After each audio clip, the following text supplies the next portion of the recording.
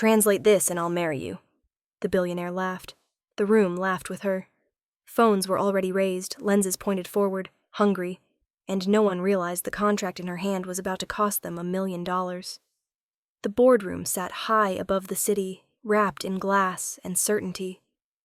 Sunlight poured in from every angle, bouncing off polished wood and stainless steel, reflecting the kind of wealth that didn't need to introduce itself. Flags from several countries stood behind the long table, reminders that decisions made in this room reached far beyond these walls. Every seat was filled with executives who had flown in from different parts of the world, all dressed in quiet confidence, all convinced they were witnessing nothing more than a harmless interruption. Then the janitor stood there, just inside the doorway, holding a folded document with both hands. His uniform was plain, clean but worn from years of work that never earned applause. He didn't clear his throat. He didn't announce himself. He simply waited, as if he had stepped into the room for a reason that mattered. The laughter came quickly. Not cruel at first, just amused. A ripple of smiles passed from one end of the table to the other. Someone whispered something and covered their mouth. Another executive leaned back in his chair, already enjoying the show. A phone camera zoomed in, its owner grinning. The billionaire at the head of the table glanced up from her tablet and frowned, annoyed at the interruption. She was young, sharply dressed, and used to being obeyed the moment she spoke. "Can I help you?" she asked, her tone light, condescending in a way that felt practiced. The janitor took one step forward. "I was told you needed this delivered," he said quietly, extending the document. She didn't take it right away. Instead, she stood smoothing her jacket and walked toward him with measured steps. The room watched closely now. This was becoming entertainment. She glanced at the paper, then at his face, then back at the room, as if inviting everyone to share in the moment. "You know," she said, smiling, "we've been struggling with translations all morning. International partners, complicated clauses, expensive consultants who keep missing the point." A few executives nodded knowingly. "Since you're here," she continued, lifting the document slightly, "why don't you help us?" The laughter grew louder. The janitor felt the weight of every eye on him, the familiar pressure of being visible in the worst way. He understood the trap forming around him. If he refused, he would be escorted out. Another story about someone who didn't know his place. If he tried and failed, the clip would live forever, shared and replayed as proof that confidence without status was foolish. The billionaire's smile widened. "Translate this correctly," she said, holding the contract out between them. "And I'll marry you." The room exploded. This time the laughter wasn't polite. It was open, indulgent, cruel. Someone clapped. Someone else shook their head in disbelief. Multiple phones were recording now, not even pretending to hide it. The billionaire laughed with them, enjoying the sound, enjoying the power of knowing she had already won. To her, this was harmless fun, a joke she would forget by dinner. To the room, it was proof that hierarchy still mattered. The janitor didn't laugh, he didn't bristle, he didn't apologize. He simply looked at the document in her hand, then at the people surrounding them. He saw executives who were certain of their intelligence, their education, their superiority. He saw a woman who believed humiliation was acceptable as long as it was entertaining. And he saw the cameras, capturing everything, turning the moment into spectacle. Somewhere near the wall, a security guard shifted his weight, uneasy but silent. An assistant glanced down at her phone, smiling despite herself. No one intervened. No one ever did. This was the public humiliation trap, perfectly designed. Accept the challenge and fail in front of the world. Decline and confirm you never belonged here. The billionaire tilted her head, studying him, enjoying the pause. "Well?" she asked. "Or should we call security and get back to serious business?" "Stay with us, because this story will leave you speechless. Before we start, make sure to hit like and subscribe. And really, I'm curious, where are you watching from? Drop your country name in the comments. I love seeing how far our stories travel." The janitor took a slow breath. The room mistook his silence for fear. A few smiles widened. The billionaire was already turning back toward the table, convinced this was over. What she didn't know was that the document she held wasn't just ink and paper to him. He recognized the structure instantly. He recognized the language choices, the phrasing that didn't translate cleanly across cultures, the subtle meanings that professional translators often missed. Years of listening quietly, of reading discarded drafts, of helping people navigate words that carried more than one truth, had trained his mind in ways no resume ever could. To everyone else, he was a janitor standing in the wrong place. To him, this was a door that had finally opened, even if it had been opened as a joke. He looked up, meeting the billionaire's eyes for the first time. The laughter began to fade, not because anyone felt sympathy, but because something in his expression didn't match the script they had written for him. He wasn't angry. He wasn't desperate. He was focused. The billionaire hesitated, just for a fraction of a second, a flicker of doubt she would later deny ever feeling. The room leaned in again, sensing the moment's stretch, unaware that the performance they thought they were watching was about to become something else entirely. The silence that followed his steady gaze did not last long, but it lingered inside him as the room filled again with murmurs and shifting bodies. He did not take the paper yet. Instead, his mind slipped backward, away from the glass walls and the cameras, to the life that had taught him how to stand still under pressure. He had learned it early, long before anyone in this room knew his name. He was the eldest son of a woman who cleaned offices at night and studied languages by day, a woman who believed words were bridges and silence was a weapon best used carefully. When he was 9, he sat at a kitchen table translating letters for neighbors who could not read the notices taped to their doors. Eviction warnings, medical forms, job applications that asked questions no one ever explained. He learned then that a single word could open a door or slam it shut, that accuracy mattered, but understanding mattered more. As a teenager, he worked weekends shelving books at a public library, drawn to dictionaries and business journals, the way other kids were drawn to games. He read contracts for fun, tracing clauses like puzzles, wondering why so many people trusted documents they did not truly understand. College had been a possibility once, even a scholarship. But possibilities require time, and time was something his family never had enough of. When his mother's health failed, he took the first job that paid reliably. Cleaning companies did not ask for degrees. They asked if you could show up, stay late, and keep quiet. He learned to keep quiet very well. Years passed like that, each one layering responsibility on top of responsibility. Rent, medication, a younger sister's tuition, a promise he had made to himself to never let his family fall, because he chased a dream alone. The janitor's uniform became a symbol of survival, not shame. He wore it because it fed people he loved. He wore it because dignity, as his mother liked to say, was not something handed to you by a title. It was something you carried when no one was watching.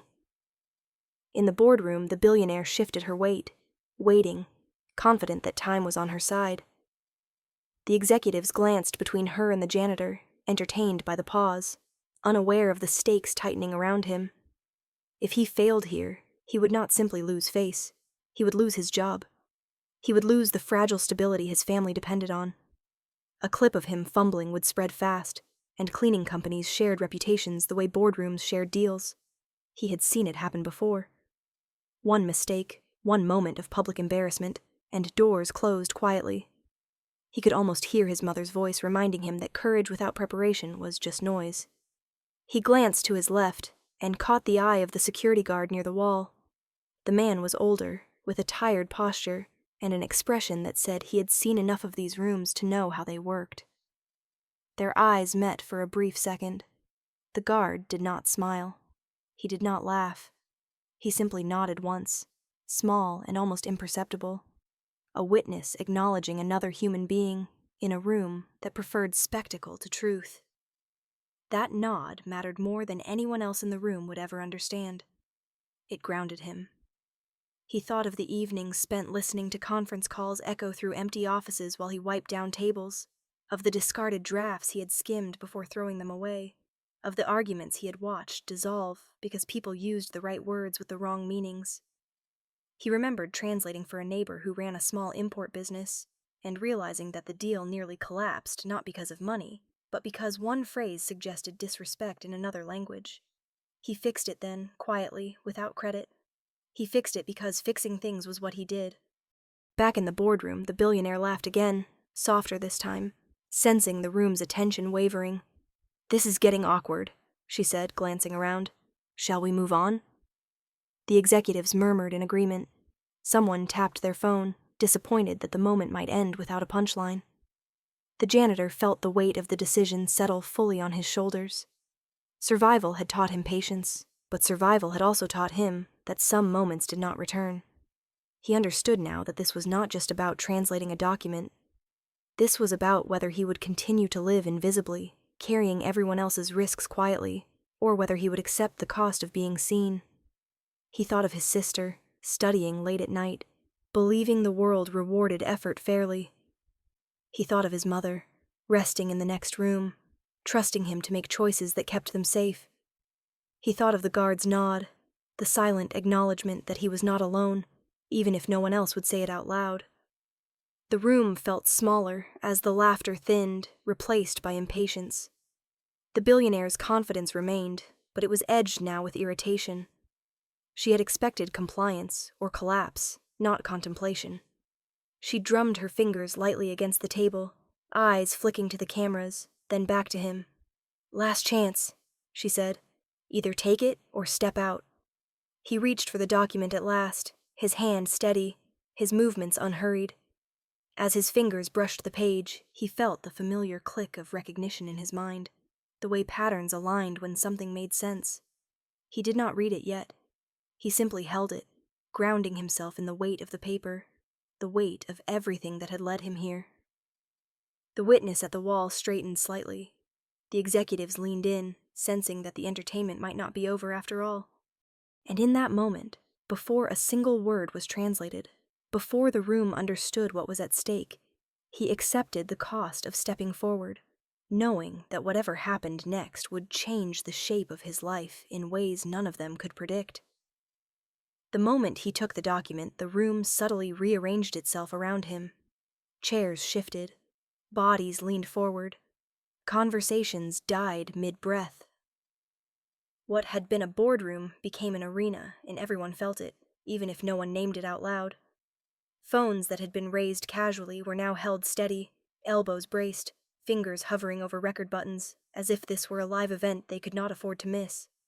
The billionaire returned to her seat but did not sit fully, resting one hand on the table, posture relaxed, eyes bright with expectation. She believed this was the peak of the joke, the moment before the fall. The janitor unfolded the pages slowly, not for drama, but because rushing had never served him well. He scanned the first paragraph, then the second, his eyes moving with quiet precision. Around the table, impatience stirred. Someone cleared their throat. Someone else whispered, "He's pretending." A few soft laughs followed, restrained now, cautious, as if the room sensed that the script might be slipping. The billionaire tilted her head, studying his face, waiting for the telltale signs of panic she was sure would come. Instead, she saw focus. Real focus. Her smile tightened just a fraction. "This shouldn't take long," she said lightly. "Unless you're hoping we'll forget you're here." The crowd chuckled on cue. The janitor did not look up. He turned the page, tracing a line with his finger, not because he needed to, but because it helped him map the structure of the argument being made. He recognized the pattern immediately. The language was technically correct, polished by professionals, but it was hollow in the places that mattered most. The room mistook his silence for confusion. The cameras loved it. Comments were already being typed somewhere he knew. The point of no return arrived quietly, without a sound cue or a dramatic announcement. It arrived the moment he realized that if he spoke now, there would be no stepping back into invisibility. If he revealed what he saw in this document, he would not just be correcting a mistake. He would be challenging the authority of the people who had paid small fortunes to be right. He would be stepping into a role the room had not granted him permission to occupy. The billionaire sensed the shift before she understood it.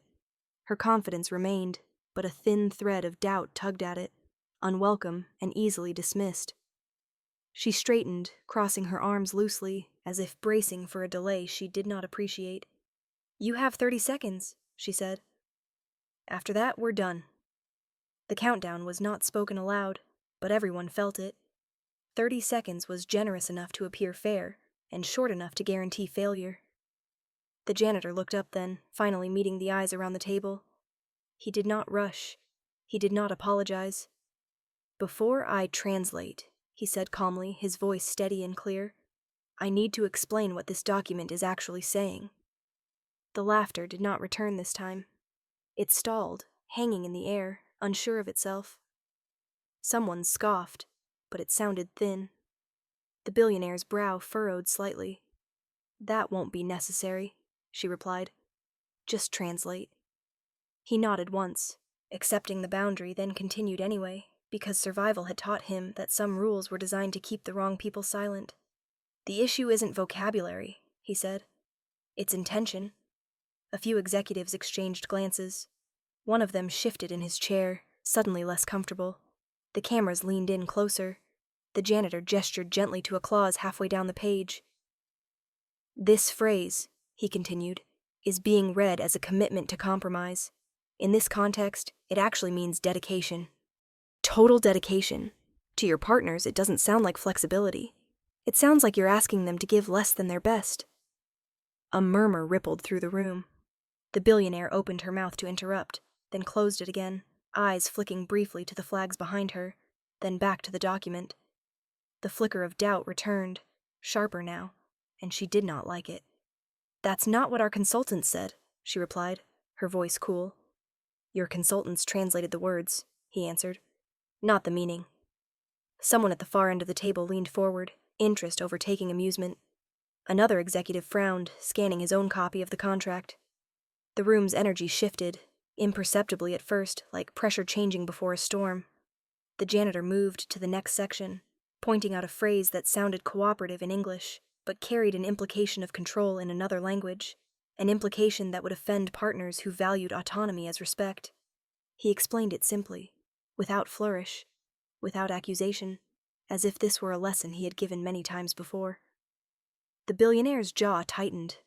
This was not how this was supposed to go. She had expected confusion, maybe stammering, certainly embarrassment. What she was getting instead was clarity delivered by someone she had publicly dismissed minutes earlier. For a moment, she considered cutting him off, ending the spectacle before it turned against her. That was the flicker of doubt, sharp and fleeting. But pride stepped in quickly, louder and more familiar. She waved a hand. "Enough," she said. "You've made your point." The janitor paused, then nodded, respecting the interruption, but not retreating. "There's one more thing," he said, his tone unchanged. "This final section." He hesitated just briefly, as his eyes traced a sentence that was more dangerous than the rest. This was the micro setback, the moment his confidence wavered, not because he was unsure, but because he understood the consequences of saying what needed to be said. He took a breath. "As written, this clause tells your partners that if there's a dispute, they bear the moral responsibility for failure, even if the risk was shared. That's not partnership. That's blame." The room went still, completely still. The billionaire stared at the page in her hand, seeing it for the first time through a lens she had not anticipated. Around her, executives stopped smiling. Phones kept recording, but now they were capturing something else entirely. The arena tightened, the walls closing in around a truth that could no longer be laughed away. The janitor lowered the document slightly, his part done, knowing that whatever happened next was no longer within his control. He had stepped onto the stage, and there was no returning to the shadows now.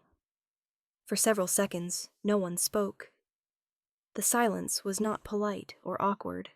It was heavy, charged, the kind that settles only when a room realizes it has crossed from entertainment into consequence. The billionaire's fingers tightened around the edge of the table as she reread the line he had just explained, this time slowly, without the filter of certainty she had carried into the room. Around her, executives shifted, eyes darting between the document and the man who had just redefined it. What had begun as a joke was unraveling into something far more dangerous. "That's not accurate," she said finally, her voice sharp, a reflex more than a conclusion. "This contract was vetted by 2 firms." The janitor nodded, accepting the challenge without flinching. "It was vetted for legality," he replied. "Not for trust." A low murmur rippled through the room. Someone cleared their throat. Another executive leaned forward, tapping a paragraph with his pen, reading the sentence again as if hoping it would change under his gaze. The billionaire straightened, her posture reasserting control. "Translate it then," she said. "All of it. Right now." The words were meant to regain dominance, to put him back under pressure, to expose him. Instead, they handed him the stage. He did not smile. He did not rush. He began at the top, translating line by line, not theatrically, but with careful precision, adjusting phrasing where literal words failed to carry intent. He explained why one term signaled obligation rather than partnership, why another suggested hierarchy instead of collaboration. As he spoke, the room's reactions shifted in stages. First came disbelief, the faint shaking of heads from those convinced this would collapse any second. Then came surprise, as patterns emerged they had not noticed before. Then came recognition, visible in the tightening expressions of people who suddenly understood why negotiations had stalled for weeks. The billionaire listened, arms crossed now, her confidence thinning with each explanation. She interrupted twice, questioning a translation, challenging a nuance, and each time he answered calmly, citing cultural context, business precedent, even historical usage, not as a lecture, but as a map. The cameras kept recording, but the energy around them had changed. This was no longer mockery. This was witnessing. Halfway through the document, he paused. The pause was small, almost imperceptible, but it mattered. He frowned slightly, eyes narrowing at a section that was less clear, less clean. The room leaned in again, sensing vulnerability. The billionaire's mouth curved into a brief, hopeful smile. "Problem?" she asked. It was the micro setback, the moment where the performance wavered. He exhaled slowly. "This section," he said, "was revised recently." She stiffened. "Yes, to strengthen our position." He nodded. "It does, but it also weakens theirs in a way they won't accept." He took a second longer than before, choosing his words carefully. "If you present it this way, they won't just walk away, they'll feel insulted." The smile vanished. An executive near the window swore under his breath. Another flipped pages rapidly, comparing versions. The billionaire's eyes flicked toward her legal team, then back to the janitor. For the first time, her voice softened, just a fraction. "Can you fix it?"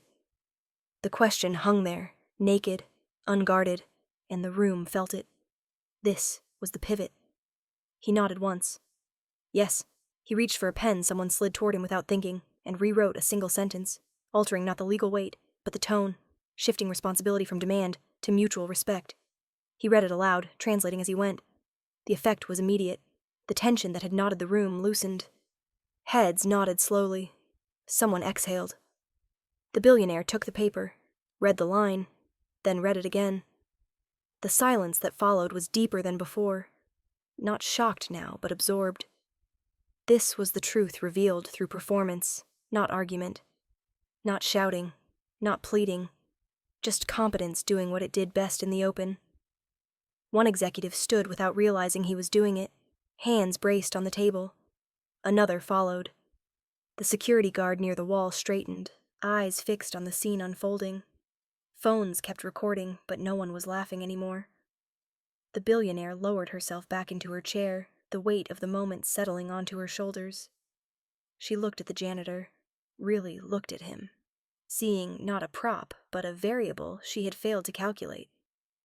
"Who taught you this?" she asked quietly.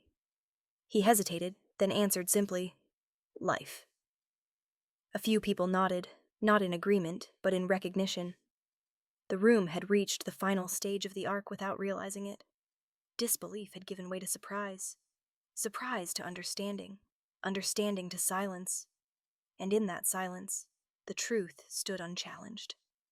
The janitor capped the pen and stepped back, his role complete. He did not wait for applause. He did not ask for acknowledgement. He had done what needed to be done. The billionaire glanced around the room, seeing the shift reflected on every face. The power dynamic had changed, not because someone demanded it, but because reality had asserted itself. She stood again, slower this time, and the room followed her movement instinctively. "We'll take a short recess," she said, her voice measured, controlled, but no longer playful. No one argued. As people filed out, conversations were hushed, urgent, eyes occasionally flicking back toward the man who had rewritten the moment. The cameras kept rolling, but now they were capturing something no one had planned to show, and in the quiet aftermath of the performance, it was clear to everyone present that the room would never return to the way it had been before. When the recess ended, the room did not reassemble the way it had before. Chairs were no longer claimed casually. Voices were lower, more careful. The laughter that had once bounced freely between the walls was gone, replaced by a tight focus that felt almost reverent. When the executives returned to the table, they did so with a new awareness, as if the floor beneath them had shifted slightly and they were testing their footing. The janitor remained where he was, standing just off to the side, hands folded loosely, posture unchanged. He did not assume a seat. He did not need to. The room had already made space for him in a way no chair ever could. The billionaire entered last. Her steps were slower now, measured, the performance stripped away by necessity. She took her seat at the head of the table and looked down at the revised document, then up at the people around her. "We proceed," she said, not as a command, but as a decision informed by something she had not anticipated learning today. Heads nodded. Someone cleared their throat. An executive from overseas leaned forward, his earlier skepticism replaced by cautious respect. "The revised language," he said, glancing toward the janitor, "addresses our concerns." He paused, then added, "It shows understanding." That word hung in the air. Understanding. Not leverage, not dominance. The billionaire's jaw tightened, then relaxed. She exhaled slowly and nodded. "Then we move forward." A murmur rippled through the room, not of amusement, but of agreement. The deal that had stalled for months began to take shape in real time, clauses aligning, objections dissolving, momentum building. The janitor watched quietly, recognizing the shift not as a victory, but as a correction. This was what happened when the right truth entered the room at the right moment. One by one, executives began to stand, not dramatically, but instinctively, as if drawn upward by the clarity settling over the table. Someone extended a hand toward the janitor, hesitated, then withdrew it, unsure of protocol. Another executive spoke his name, stumbling over it at first, then repeating it with care. The witness by the wall, the security guard who had nodded earlier, watched the transformation unfold with a tight expression that looked suspiciously like pride. He was the first to clap. It was soft, almost accidental, but it broke the tension. Another followed, then another. Within seconds, the room rose together, applause filling the space where laughter once lived. It was not thunderous. It was sustained, deliberate, a public acknowledgement that could not be undone. The janitor felt the sound wash over him, not intoxicating, but grounding. He did not bow. He did not smile broadly. He simply inclined his head slightly, accepting what was being offered without surrendering himself to it. The billionaire stood as well, slower than the rest, her applause brief, controlled. When the room settled, she looked at him directly. "You should not be wearing that uniform," she said, gesturing lightly. The words were not cruel this time. They were factual. "Not after today." He met her gaze evenly. "It's what I wore to survive," he replied. "Not who I am." The room absorbed that. An executive near the window nodded. Another scribbled a note. Not about the deal, but about the man standing there. Offers came quickly after that, not shouted, but murmured with urgency. Consulting roles, advisory positions, an invitation to stay for the remainder of the meeting. The janitor declined none of them outright, but accepted none impulsively either. He listened. He considered. He asked questions. Each response further cemented the shift that had already occurred. This was the identity change, quiet but profound. He was no longer reacting to the room. He was choosing how to move within it. The billionaire watched this with a mixture of calculation and something closer to respect. The power she had wielded earlier had not vanished, but it had been reshaped, forced to coexist with a truth she could not dismiss. She cleared her throat. "The deal," she said, glancing around, "is finalized." A collective breath was released. The $1 million agreement was sealed, not with ceremony, but with understanding. The irony was not lost on anyone present. What had begun as mockery had become the catalyst for success. As the meeting broke, executives lingered, conversations overlapping, eyes returning again and again to the man who had altered the course of their negotiations. The janitor stepped back slightly, instinctively returning to the edges of the room, but something inside him resisted disappearing entirely. He caught the security guard's eye again.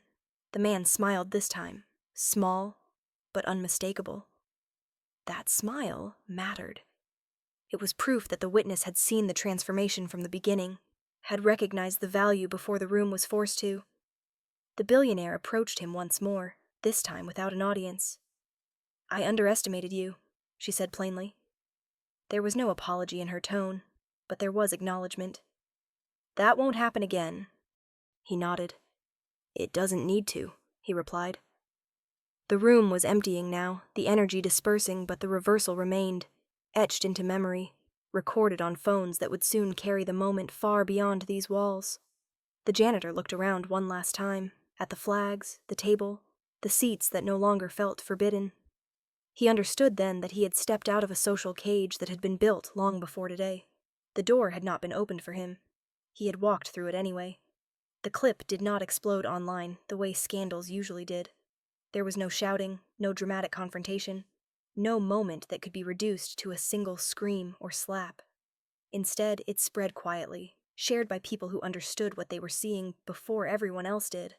A billionaire laughing, a janitor standing still, a room full of power slowly realizing it had misjudged the only person who truly understood the deal.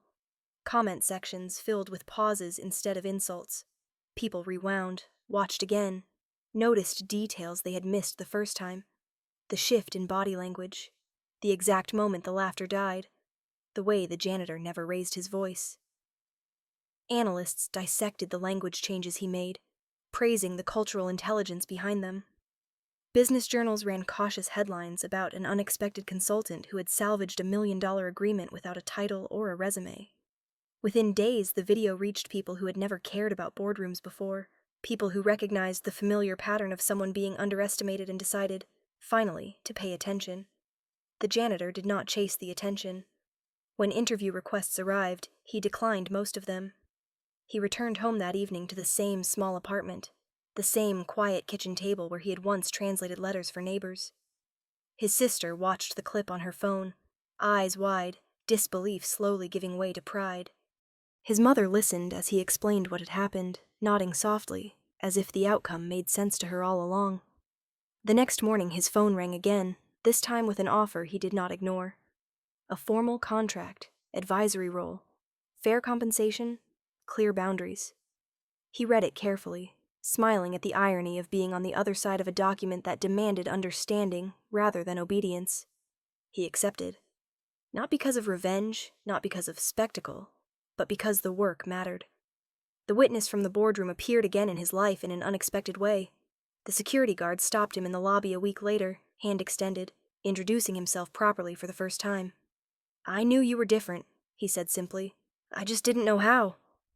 They shared a brief laugh, quiet and human, the kind that did not need an audience. The guard later told him that the building had changed policies after the meeting, subtle shifts that emphasized respect across roles, small corrections inspired by a moment no one could unsee. Meanwhile, the billionaire faced consequences that were not loud but lasting.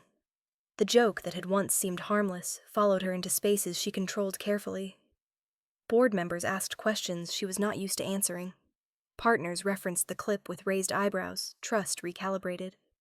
Her reputation did not collapse, but it cracked, just enough to remind her that power without restraint was fragile. She adapted, publicly crediting the janitor for saving the deal, privately confronting the cost of a room that had laughed too easily.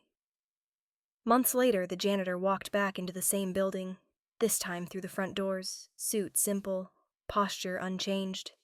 He was invited to sit at the table he had once stood beside, not as a favor, but as a necessity. He took his seat without ceremony, aware of the symbolism, but not burdened by it. The flags were still there. The city still glowed beyond the glass. What had changed was the understanding of who belonged. He spoke when it mattered. He listened when it didn't. The circle closed quietly. Where he had once been told not to touch the symbols of power, he now shaped them with care. Excellence had always been there, carrying families, bridging cultures, waiting in the margins. Now the world had finally seen it, and the room, once so confident in its laughter, would never forget the cost of underestimating silence again.